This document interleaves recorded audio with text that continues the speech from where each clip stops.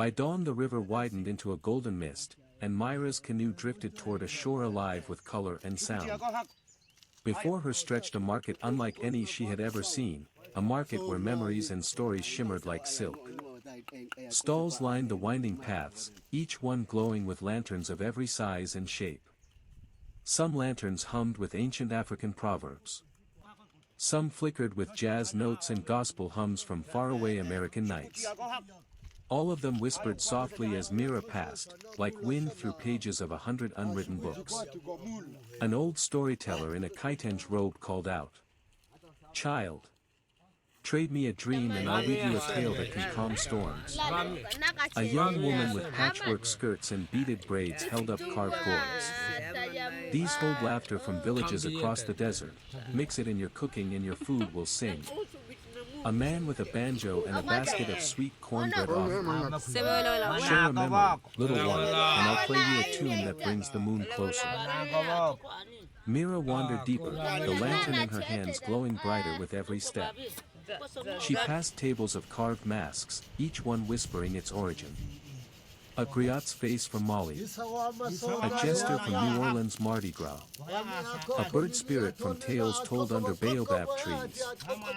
The air smelled of smoke, honey, hibiscus, and fresh bread.